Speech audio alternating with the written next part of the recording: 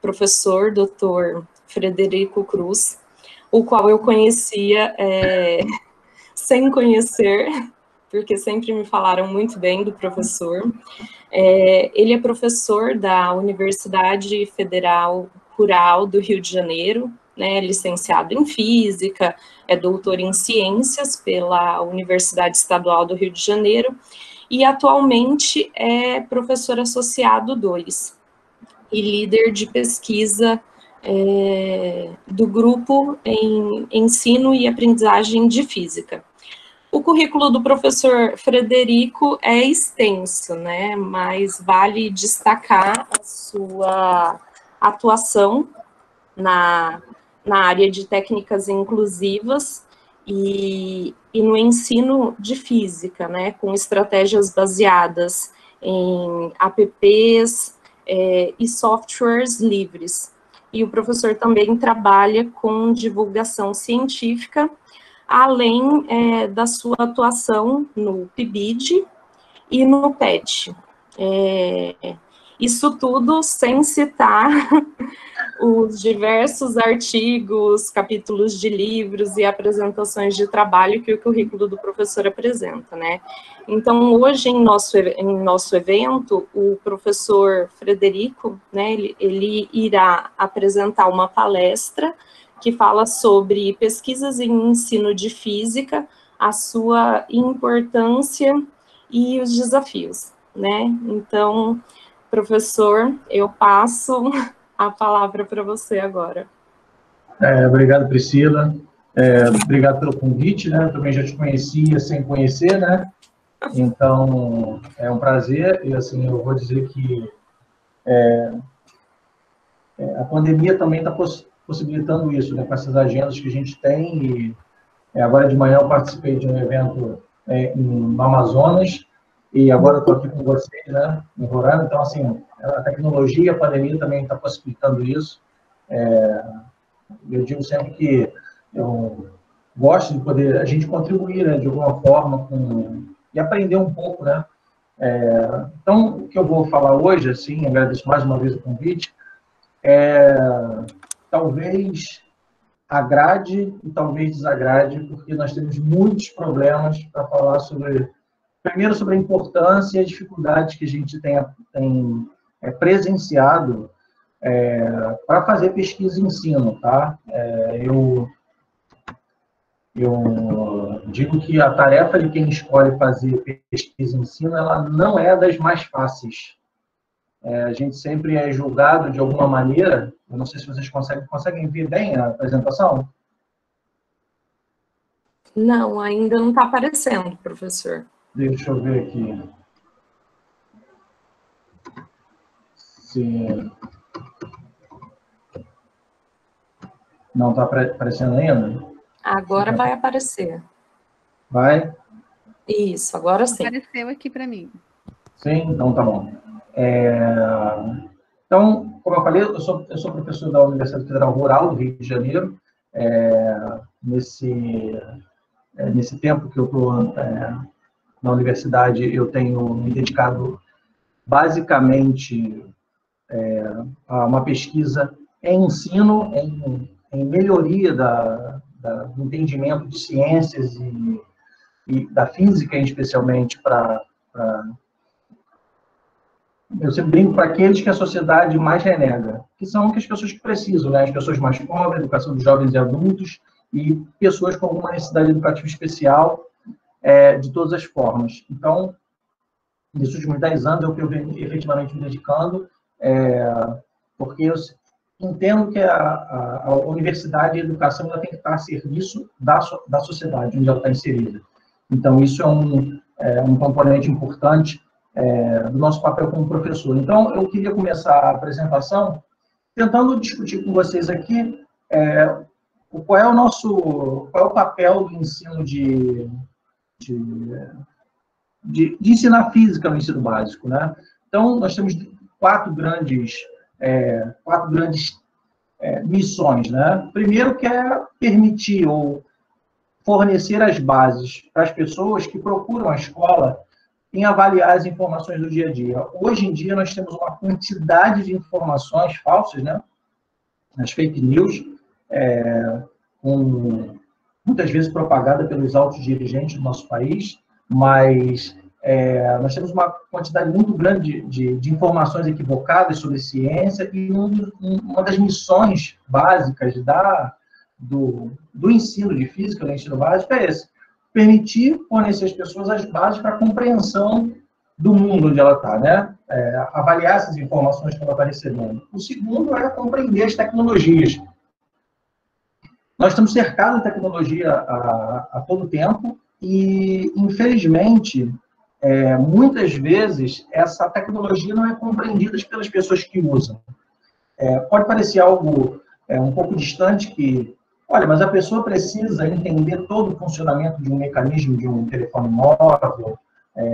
Olha, eu não sei, mas os princípios básicos de como a informação chega, ela é importante. Compreender, ter uma ideia básica de como se dá a distribuição elétrica dentro da sua casa, é um pouco de tecnologia. Hoje a gente tem algumas transmissões via dispositivos inteligentes. Essa forma de entender tecnologia faz parte também da aprendizagem. A sociedade está mudando, então a escola também tem que mudar um pouco.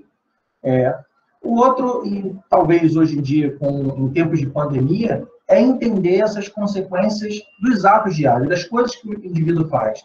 A escola, ela tem essa missão também, mostrar para as pessoas que as escolhas dela de vida, ou as escolhas sobre determinadas ações, elas têm impacto sobre a saúde, sobre o comportamento social. Então, quando a gente fala um pouquinho sobre isso, a gente também está ensinando física. Eu dou aqui um exemplo que a gente pode discutir problemas do transporte todo dia, ou do meio ambiente, por exemplo, como eu vou falar aqui, né? Você não jogar lixo em algum lugar. A gente pode discutir problemas sobre o transporte público de uma cidade, discutindo os conceitos de velocidade média. E aí você mostrar que as populações que estão mais afastadas sofrem mais, gastam mais tempo, e ter uma consciência. Por que as pessoas que moram mais afastadas têm que ficar 2, 3 horas dentro de um ônibus, de um trem? Por que elas têm que se deslocar tanto? Por que uma determinada cidade não tem trem, não tem o metro? Por que elas têm que se deslocar em tanto tempo entre sua casa e seu trabalho? Então, até escolhas, né, de como conviver e como viver melhor é uma missão que a gente tem no ensino de física. Só que o ensino de física ele não está restrito, efetivamente, ao ensino do ensino básico. Nós temos também, dentro da universidade, 2 tipos, né, básicos de formação. Né? Nós temos a formação voltada para os profissionais da área, né, onde você tem os cursos bacharelado, licenciatura, e aqueles cursos, vamos dizer assim, mais tecnológicos, vamos dizer, com a física, engenharia física ou a física médica, que tem um caráter mais aplicado dos conhecimentos de física, né? E a gente tem o curso de bacharelado, e a gente vai entrar um pouco nessa discussão sobre a bacharelado e licenciatura, onde a gente forma, tecnicamente, mais gente para fazer pesquisa, e o licenciado, efetivamente, para lecionar na educação básica, né? Assim, vamos dizer assim, essa diferença. E outro é o ensino de física para apoiar os cursos, os outros cursos, né, com disciplinas básicas, que são aquelas famosas física 1, física 2, física 3 e 4 da engenharia, a biofísica para as áreas de biomédica, e tantas outras disciplinas que fazem parte de toda uma estrutura universitária onde ensinar física se faz importante. Bom, olha, isso seria muito bonito se tudo estivesse funcionando, né? Acho que não é segredo para ninguém que esse modelo de ensino que a gente tem enfrenta um conjunto de problemas. Então, se a gente pensar efetivamente dentro das escolas ou dentro das universidades, a gente tem muitas escolas, a grande maioria das escolas do Brasil sequer tem banheiro público. Banheiro, né? Não tem uma infraestrutura básica. E muitas instituições de ensino superior vêm sofrendo com os cortes e com muitos problemas nos últimos anos, especialmente, com o sucateamento que afeta efetivamente a maneira com que eu ensino. Isso a gente não pode imaginar que a ação docente, a ação de ensinar, ele possa ser feito sob quaisquer condição. eu não estou tirando a responsabilidade do professor, daquele responsável, mas eu entendo que também existe toda uma infraestrutura básica nisso, que ele também compromete a ação docente do professor. Tá? A gente tem uma ação de violência nas escolas contra professores e estudantes, e isso acaba impactando, de alguma maneira, na ação docente, e eu sempre digo, né, lidar com violência dentro das escolas é algo extremamente complexo, porque ele estrutura toda uma modalidade, e muitas vezes, quando você não tem a violência dentro da escola, você tem a violência que vem com um aluno que mora numa região violenta, e quando eu digo a violência, e as pessoas às vezes entendem a violência como agressões ou como contra a pessoa, eu também digo a violência, que é a violência social, ele não ter uma estrutura básica na sua casa, porque o poder público não asfalta a rua, porque não tem água potável, eu também considero isso um pouco de violência, tá? Baixos salários, a gente sabe que hoje, principalmente os professores de educação básica, sofrem com baixos salários, é inegável que exista, tá? Então você tem um professor pouco valorizado, uma infraestrutura ruim com baixos salários. Não que isso seja um motivo para ele dar uma aula, né?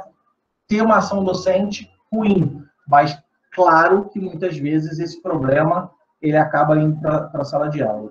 Tá? Outra coisa é o distanciamento das escolas, onde o aluno reside, então o aluno pega horas e horas de transporte público, quando existe, quando não existe ele vai andando, isso afeta, o aluno já chega cansado, e naquela falta de infraestrutura da escola, você tem a condição socioeconômica dos alunos, que atrapalha muito, e, fundamentalmente, uma falta de rotina de estudo pelos estudantes, muito em função de uma falta de estrutura local, às vezes a casa onde o estudante mora não oferece todas as condições para ele fazer isso. Eu não sei como é que está a sensação térmica onde vocês estão, mas a sensação térmica onde eu estou nessa última semana foi de 38 graus. Então, eu fico imaginando alguém que esteja numa casa pouco arejada, em um local onde falta água. Então, você ainda querer que o aluno, posterior à aula, mantenha uma rotina de estudo, é muito difícil. Fora que, muitas vezes, os estudantes têm que ajudar ou têm que contribuir na renda familiar. E alguém podia estar falando assim, nossa, essa palestra que o Fred está dando é sobre problemas em ensino, sobre problemas de ensinar física, sobre problemas de ensinar física. Só que se a gente não entende a realidade em que o aluno está inserido, a nossa conversa não começa. Eu sempre vejo algumas propostas de ensino em que elas estão tão desconectadas da realidade dos estudantes, que eu fico imaginando que o estudante em que o pesquisador imaginou aquela condição, em geral, elas são feitas por gente que não está, vamos dizer assim, trabalhando com a pesquisa em ensino. Ele está tão descontextualizado disso que ele não consegue perceber que a proposta que ele fez ela é muito bonita no papel, mas ela não é factível dentro desse conjunto de realidades. Tá? Então, a gente tem que entender essa realidade para a gente começar a discutir. Bom, além disso tudo que eu falei, existe uma necessidade premente de mudança no processo docente. Eu sempre gosto de trabalhar um pouco com números para a gente entender a realidade que nós temos. Tá? Eu não sei se vocês sabem, o Brasil tem 48 milhões de alunos na educação básica hoje. Ou seja, nós temos praticamente uma Alemanha de estudantes.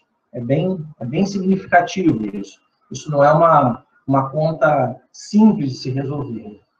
E nesse conjunto de 48 milhões de estudantes, nós tem ocorrido, pelo menos em 2013 e 2018, uma taxa de 7% ao ano de aumento de alunos com necessidades educativas especiais. O que significa isso?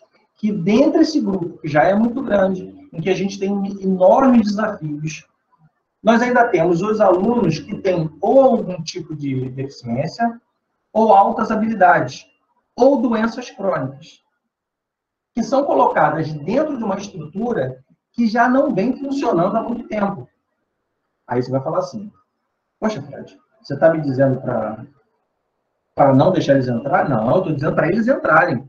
Eu só estou dizendo que isso é um caráter que nós vamos precisar mudar a docência. Até porque, se a gente pensar no que vai acontecer em 2030, que é quando a Agenda 2030, que é a agenda proposta pela ONU, que foi escrita em 2015, com os Objetivos de Desenvolvimento Sustentável, em que nós temos que cumprir pelo menos um conjunto de elementos, em 2030 nós vamos ter em torno de 2,7 milhões de estudantes matriculados na rede básica de ensino. Alguém, e eu já escutei isso, falando, olha, Fred, mas esses alunos sofrem muitas dificuldades, dificilmente eles vão entrar no ensino superior. Não. Em 2030, com os números que nós temos hoje, com o aumento percentual de alunos que nós temos, o ensino superior brasileiro vai ter em torno de 145 mil estudantes com algum tipo de necessidade educativa especial. Então, nós temos todos aqueles problemas e nós temos um conjunto de alunos que necessitam de uma forma diferente de aprender, uma forma diferente de ter contato com o conteúdo exposto, fazendo parte de toda a estrutura educacional. Além disso, nós, provavelmente, hoje, os professores do ensino básico, eles já estão tendo contato com estudantes da geração Z e, provavelmente, geração alfa. Eu não sei se vocês sabem essas gerações, cada geração de pessoas, entre duas décadas, 15 anos, tem uma classificação diferente da forma de pensar, são muito afetados, inclusive, na forma de pensar o mundo e como eles veem o ensino. Hoje, nós temos um confronto muito grande entre professores formados na década de 50, 60, 70, 80 ou 90, hoje ensinando para alunos ou para estudantes do ano 2000, do ano de 2010, e que já estão na escola e aprendem de formas completamente diferentes do que se aprendia antes. Então, vou dar um exemplo aqui. Eu, antigamente, entrava na biblioteca, quando eu estava na faculdade, né, isso faz bastante tempo, eu entrava na biblioteca, eu pegava um cartãozinho, ele era um cartãozinho quadrado, e que tinha lá onde estava o tema e tinha o nome de todos os livros. Eu ia lá e procurava os livros que eu queria. Hoje, o estudante, ele bota a palavra-chave. No buscador da universidade, aparece para ele o livro mais provável entre os buscadores. Muitos professores não entendem que isso é uma nova forma de agir, uma nova forma de aprender. Então, nós temos um grande desafio para começar a ensinar essas pessoas. Talvez esse seja o grande problema, porque as pessoas ainda não entenderam que, para a gente fazer isso, nós precisamos dos grupos de ensino, ou dos professores que trabalham em ensino. Então, assim, o primeiro ponto que eu gostaria de discutir com vocês, em cima dessa introdução rápida que eu fiz, existe e talvez não seja, talvez possa não ser a realidade na universidade de vocês, mas eu tenho escutado de muitos colegas, e presencio isso nas universidades onde eu passei, um verdadeiro sufocamento ou menosprezo pelos pesquisadores em ensino de física. A realidade é essa. Existe sempre uma discussão de quem faz pesquisa ou quem faz ensino. Talvez esse seja o grande problema que nós enfrentamos hoje. Porque, em tempos de pandemia, quando acabou a aula presencial, onde a aula, com os velhos papéis amarelos, de aulas repetidas canonicamente durante as últimas 2 décadas, se viram confrontadas com a realidade onde está o professor, o computador e os alunos do outro lado. E as pessoas simplesmente não sabem o que fazer porque elas estão fechadas num problema de dar aula da mesma maneira há 20 anos, 15 anos, sem se preocupar com a condição socioeconômica dos seus alunos, com as condições e formas de aprender diferentes. Então, parece que, nesse momento, o ensino de física, que foi tão desprezado, a proposta de ensino e aí quando eu falo ensino de física, é ensino de física, ensino de matemática, ensino de química, aí eu gostaria de ampliar para todas as áreas da ciência, ela começa a ganhar uma importância, mas ela começa a ganhar uma cobrança de quem, há 1 ano atrás, dizia que, olha, você não faz pesquisa, você faz ensino. Olha, você não está fazendo uma pesquisa de alto nível, porque você não está fazendo uma ciência nova. Olha, agora viram assim, pô, mas o que a gente faz agora? E a pergunta que eu falo é, os grupos de ensino têm tido espaço ou têm tido voz na maioria dos cursos de graduação em física? Nós sabemos que não. Os professores que escolhem a área de ensino, muitas vezes são considerados alguém que está fazendo uma ciência menor, quando na realidade é ela que vai resolver o problema, porque hoje nós temos um número muito pequeno de professores de física no Brasil, e a cada ano diminui mais. Nós temos uma procura cada vez menor por cursos de física no Brasil, isso tem, os dados têm mostrado isso, e quem vai resolver isso, infelizmente, não é quem está fazendo, e aí eu não tenho nada contra quem faz uma ciência, um outro ramo da ciência, mas para nós resgatarmos isso, não vermos o trabalho da pesquisa e ensino efetivamente sufocada num processo onde se tem menos espaço, tem menos recursos. Então, acho que é o primeiro grande problema que nós temos, esse grande desafio que nós temos desse quebra-cabeça para o ensino de física está na relação em que muitos departamentos ou muitos institutos têm com os grupos e com os pesquisadores na área de ensino. Nós precisamos passar esse ponto, nós precisamos vencer essa estrutura. O outro problema, e aí ele está um pouco embutido no primeiro, mas em algum momento ele não está, é uma percepção equivocada que o ensino de física ele serve só para apoiar os professores do ensino básico. E aí eu vou voltar a falar aqui, né, dessas aulas dadas da mesma maneira há 20 anos. Hoje nós estamos enfrentando um grande problema na pandemia, que é a falta de aulas laboratoriais. Tá? Então, as pessoas simplesmente não sabem o que fazem. Olha, nós só precisamos de aulas laboratoriais, mas o aluno não pode ir para o laboratório.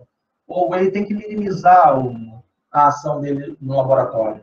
Então, como o ensino de física ele é visto como algo que só vai dar apoio ao professor do ensino básico, muitas vezes soluções que são feitas pelos grupos de ensino de física que poderiam ser utilizados dentro do ensino superior, elas não são usadas.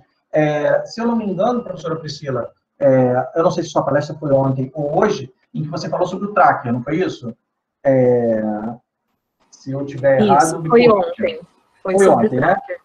Então, o tracker é uma excelente ferramenta em que a gente pode utilizar ele no ensino superior, como não só pela visão inclusiva que a professora Priscila trouxe, mas ela como ferramenta. Então, eu posso preparar os nossos estudantes, antes dele fazer aula laboratorial, para que ele use essa ferramenta no momento de preparação e análise. Então, hoje, como aqui na Rural, nós abrimos inclusive eu estou responsável, pela uma disciplina em que ela preenche parte da grade da aula laboratório, que são simulações em física. Então, nós temos toda uma parte de preparação para que, no momento oportuno, esses alunos possam ir no laboratório e já tenham os princípios básicos envolvidos para realizar as aulas laboratoriais dele. Então, a percepção de que o ensino de física só tem a contribuir para o ensino básico, ele é o primeiro erro. E ele ocorre, muitas vezes, por aquela questão de sufocamento e menosprezo que ocorre achando que a gente não está fazendo ciência, tá? O professor Marcel, que é professor da UFAM, ele diz uma coisa muito, muito interessante. O ensino de física, ele sofre uma maldição do termo low cost, né? Esse termo baixo custo, ele é utilizado de uma maneira muito depreciativa. Então, as pessoas têm que entender que baixo custo não é conhecimento raso.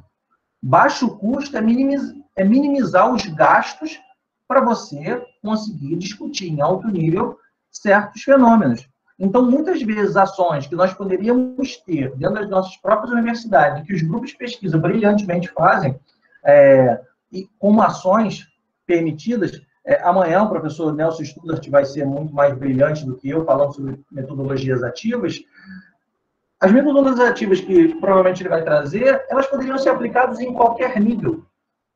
Mas, como essas ações são vistas como ações de um grupo de ensino, muitas vezes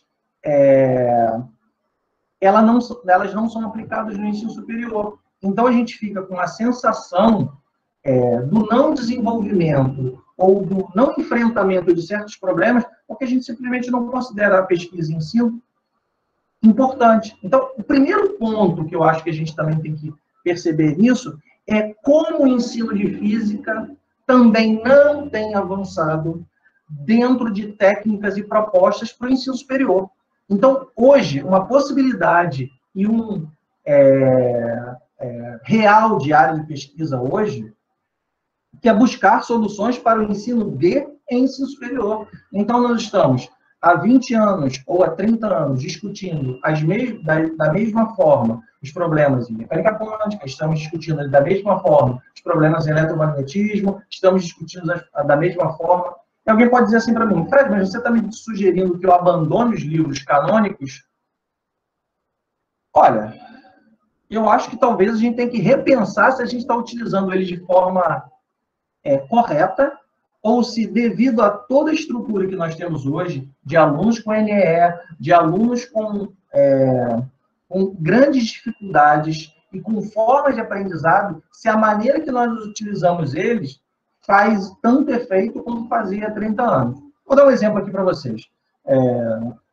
Em meados, na década de 90, quando eu estava lá fazendo meus cursos de eletromagnetismo, nós pegávamos um livro, Heisenberg, e o professor hoje passava assim, o Griffith, né? O Griffith, a Rita Macedo. Olha, tem uma lista aqui com 60 exercícios. Ok, a gente pegava aquela lista, ia para casa, tinha um encontro de 1 hora com eles e com o professor e fazia a prova. Ok, nós provavelmente, talvez esse fosse o único método que o aluno aprende. Será que a gente precisa usar esse método hoje? Talvez a repetição ela seja importante, mas será que a gente não está perdendo tempo para discutir outras coisas? Utilizar simulações computacionais que pudessem permitir que esse aluno compreenda efetivamente o que ele está estudando? Porque, às vezes, essa ideia da resolução matemática ela fica muito presa no abstrato. E talvez isso não seja o melhor caminho.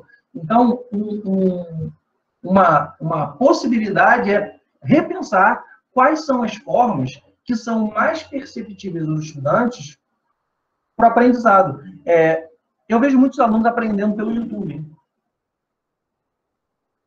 Eles assistem 5, 10 minutos de aula e dizem para mim, olha, Fred, eu aprendi melhor esse conteúdo do que na aula tal. Ok. Isso é um menosprezo do professor? Ou Não, ele só tem uma forma de aprender que ele é muito mais estruturada, ou muito mais conectada do que talvez o pensamento errático. Hoje eu falei na palestra da parte da manhã, que às vezes nós, quando estamos dando aula, a gente tem um pensamento muito errático, né? Como aqui eu estou falando de muitas coisas, então a gente tem pensamentos muito erráticos, né? A gente coloca uma condição de ideia. Talvez, por exemplo, se eu tenho um aluno do espectro autista, com um espectro com autismo, vamos dizer assim, que não atrapalhe tanto ele, vamos dizer assim, na aprendizagem dele, esse pensamento errático pode ser um dano complexo à aprendizagem dele. Aí eu estou falando isso porque eu já tive um aluno nessa condição e eu tive que criar um modelo de estudo para ele, um conjunto de tarefas encadeadas, porque era a maneira onde ele pensava melhor, a maneira como ele estruturava melhor as formas de aprendizagem. E isso a gente tem que ter em mente. Então, pensar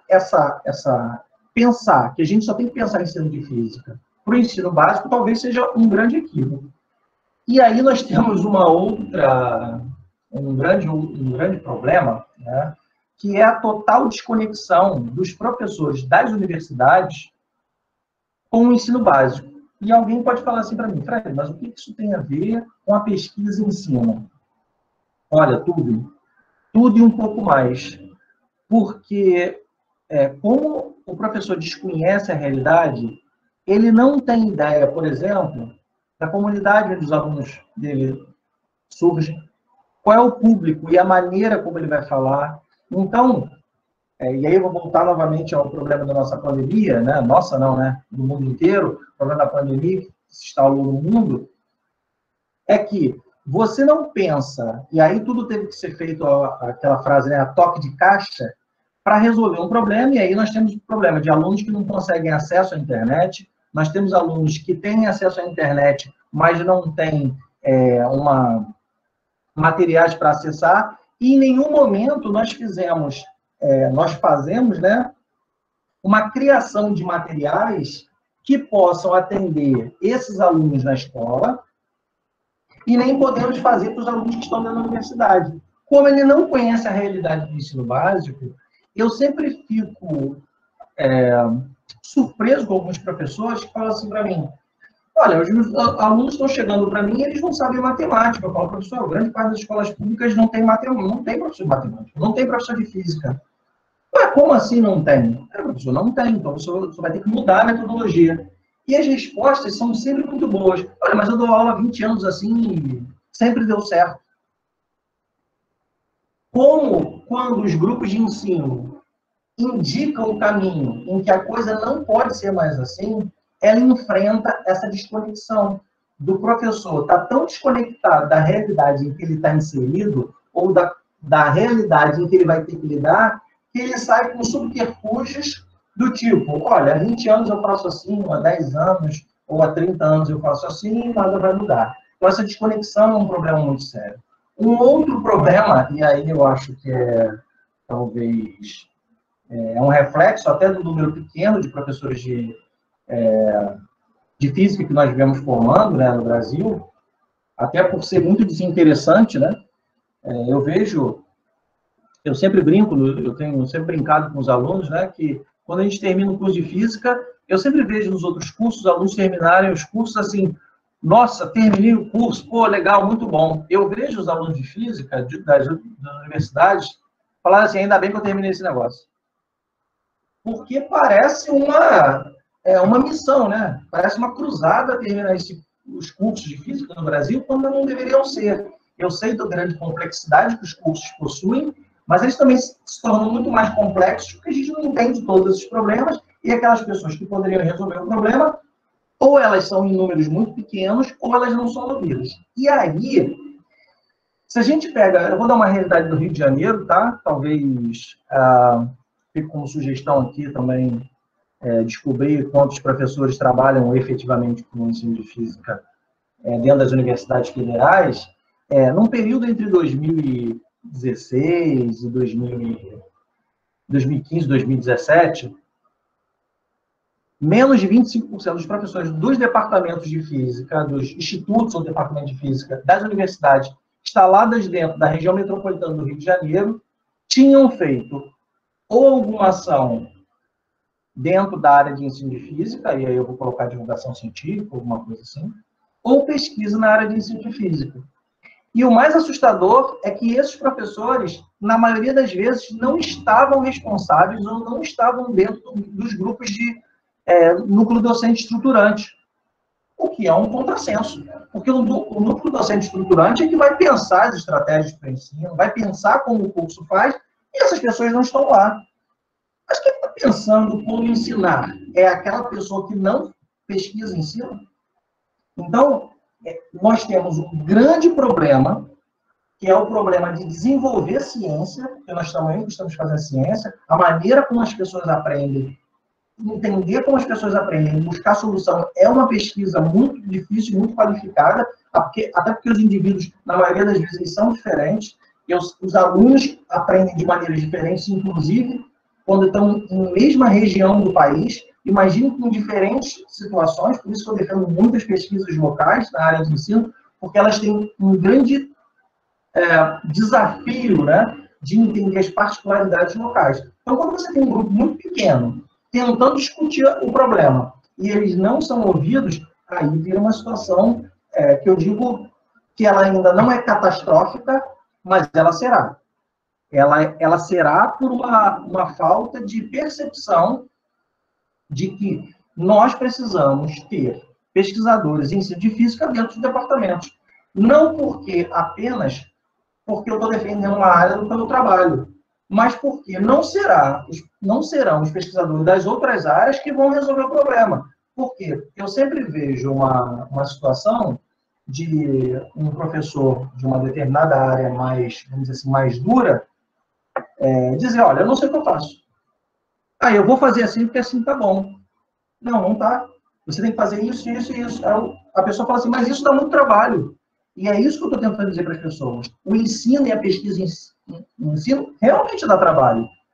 E sem gente, sem um número razoável de professores dentro do departamento, as coisas não vão andar. Vamos tentar entender que a condição primal da universidade é ensino, pesquisa e extensão. Então, a pesquisa é extremamente importante no sentido da gente fazer pesquisa e todos nós temos que fazer. Mas o fundamental é o ensino. Nós temos que formar melhor as pessoas.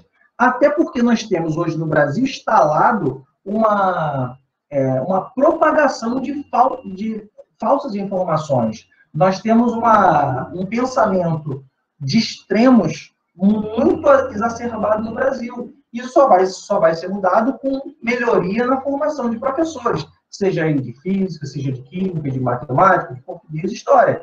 Então, nós precisamos ter gente de ensino para pensar como formar essas pessoas. Não só dentro das escolas, em que eu preciso ter o professor muito bem formado, mas eu também preciso de gente fazendo pesquisa dentro das universidades e formando melhor essas pessoas, né?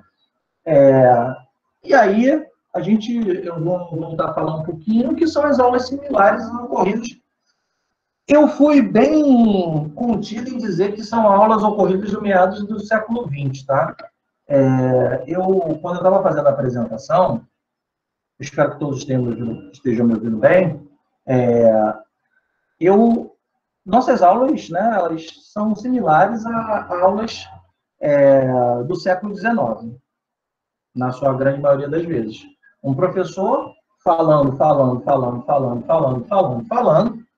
os seus alunos copiando, não fazem nenhum tipo de análise, não fazem nenhum tipo de discussão, vai todo mundo para casa, faz um conjunto de exercícios e vê se todo dia está certo.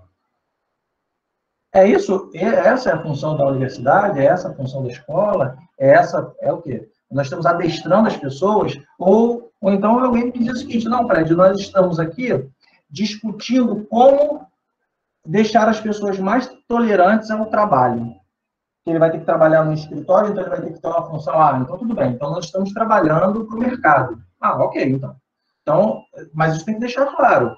Mas se é isso que a gente está fazendo, a gente não pode depois reclamar que a nossa sociedade está sendo destruída ou ela está sendo implodida por um pensamento de pessoas que só pensam para o consumo. Você não está educando ela a pensar, você não está educando, ela só recebe sem contestar.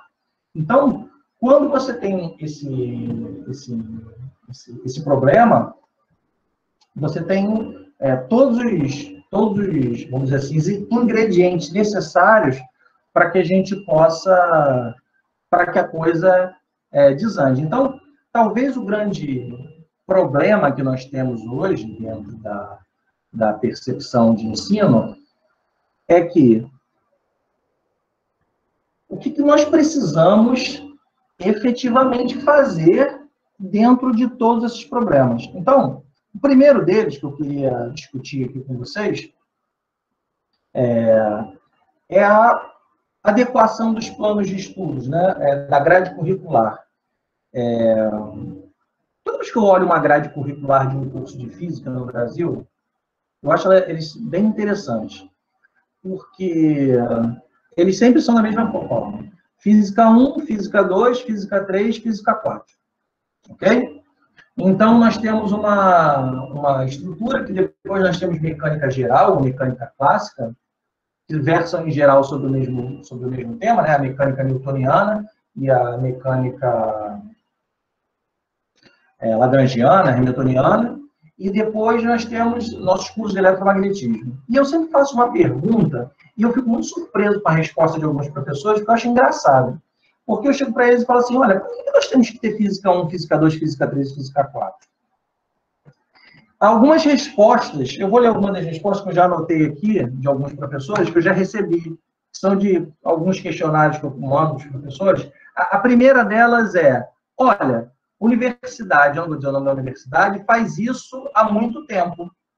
Ou seja, Se aquela universidade X tiver todos os seus professores dizendo que nós agora temos que ensinar como fazer fogo, provavelmente nós vamos criar uma disciplina chamada Fogo 1. E isso não pode ser uma justificativa para que nós tenhamos uma disciplina no curso universitário. Ao mesmo tempo, quando uma outra resposta de um professor aqui, ó, essa aqui eu acho bem interessante. Todos fazem assim.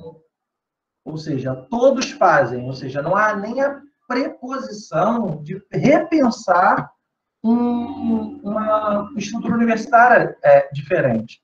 Então, o que me preocupa nesse modelo, e acho que é uma grande área para uma pesquisa em ensino de física, é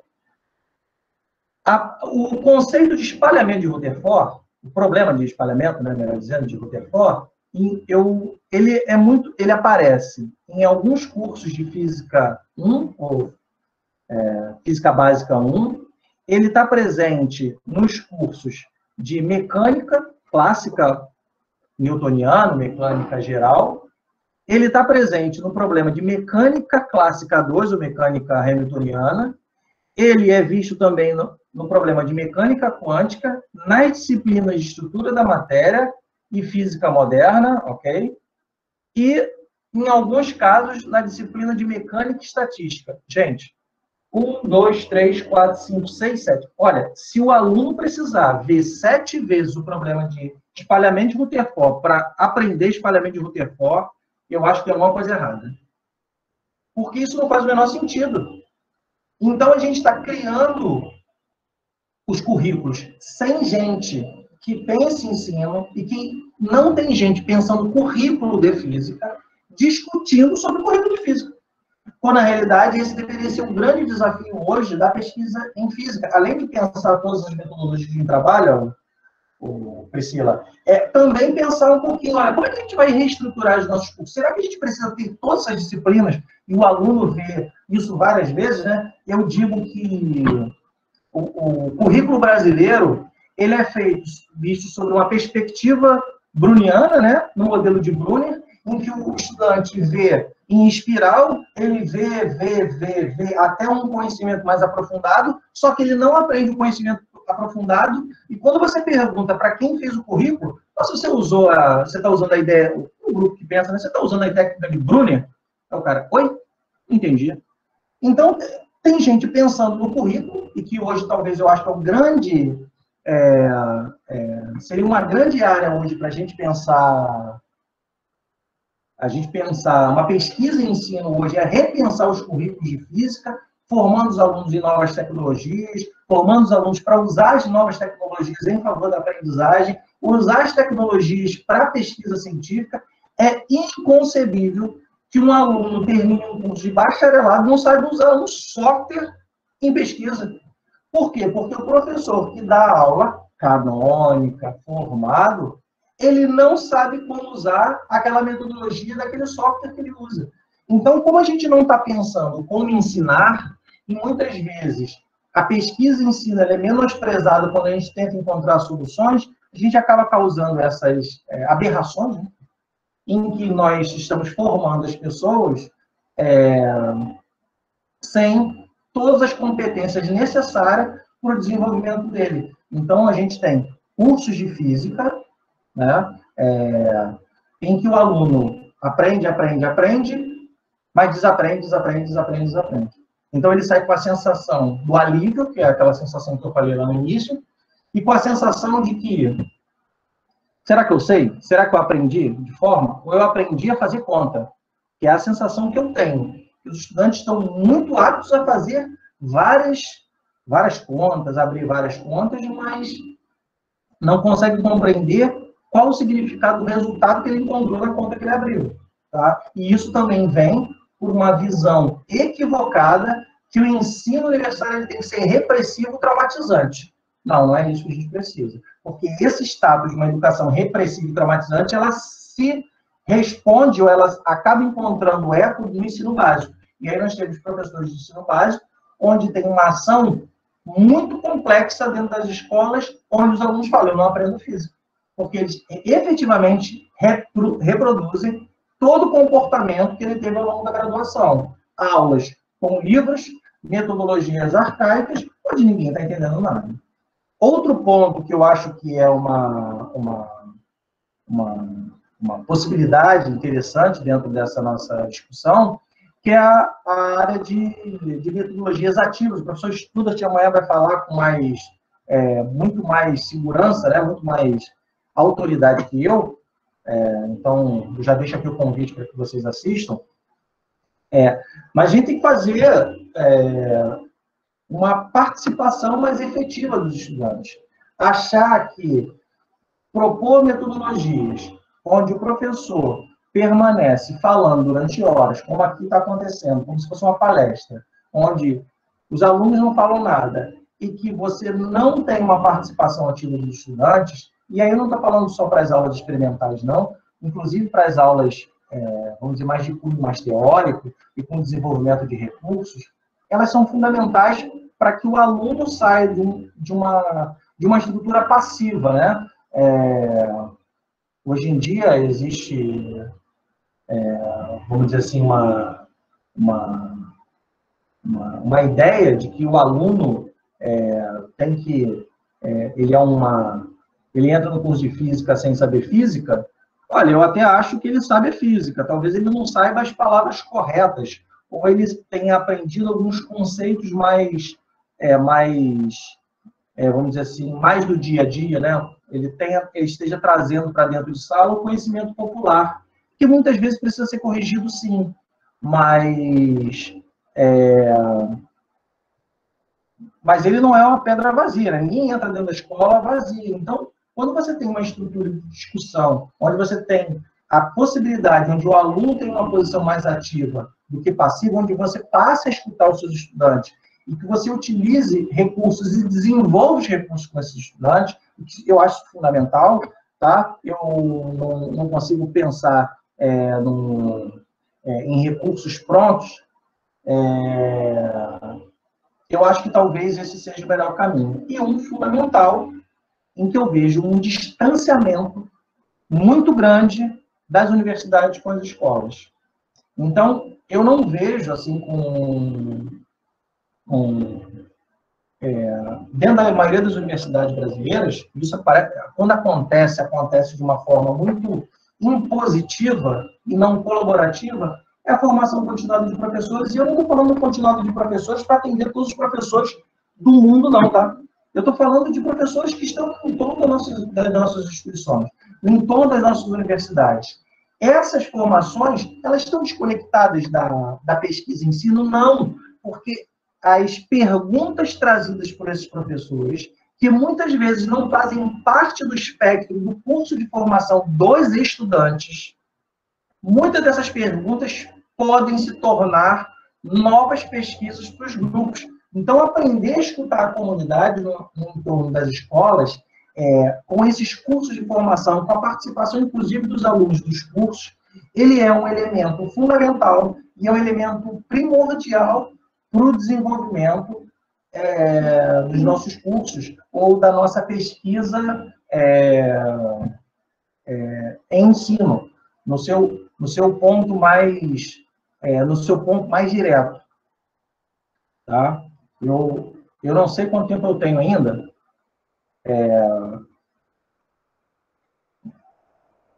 Me Escuto, sim, professor.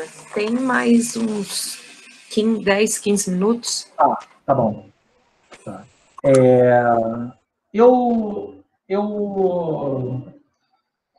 Eu quero deixar aqui uma reflexão, um pouquinho, que vai um pouco dentro dessa perspectiva que eu estava falando, sobre o que a gente tem sobre pesquisa. E isso foi escrito num artigo entre eu e o professor Paulo, foi escrito eu e o professor Paulo Simel, da Universidade do Porto, e que ele sempre causa um pouco de impacto, mas eu gosto muito dele, né? Que é um pressuposto que alguém formado em física, sem a devida interação com o segmento do ensino, possa contribuir positivamente com a formação dos alunos, é tão falsa quanto imaginar que um pesquisador em cosmologia possa dar contribuições precisas num laboratório de engenharia de materiais. Eu não acho que as pessoas não sabem física ou que elas não podem opinar. mas elas não podem decidir pela área de ensino. Nós temos muitos desafios,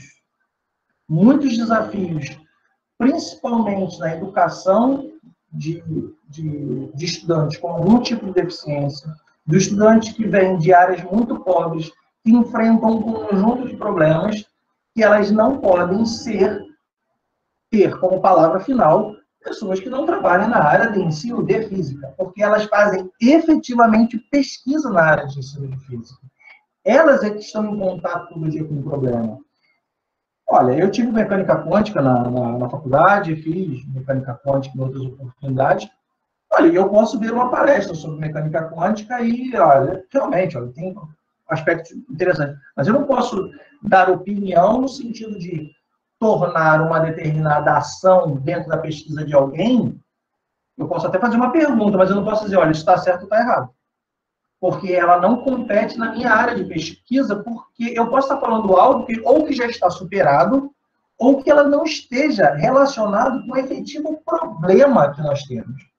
A área de pesquisa em ensino, ela encontra muitos problemas, não só em relação a isso, mas com a diversidade que as nossas universidades têm. Os nossos alunos são muito diversos. Os nossos alunos têm muitas diferenças sociais, muitas diferenças de aprendizagem, muitas diferenças da forma de pensar, inclusive.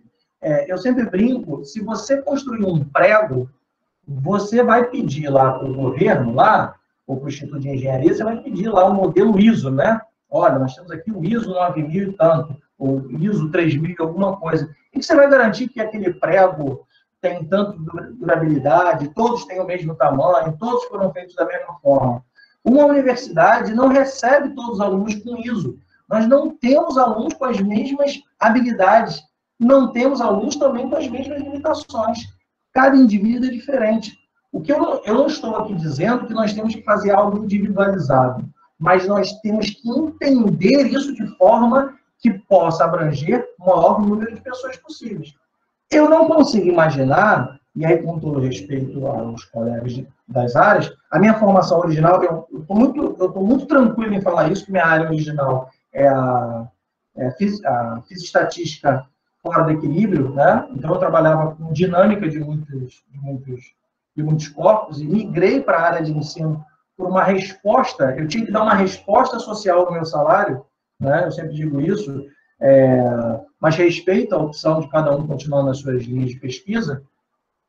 Eu não consigo imaginar alguém que diga para mim, olha, você tem um aluno cego e faz isso aqui que vai dar certo. Eu vou falar, cara, mas isso não vai dar certo, ele não aprende assim.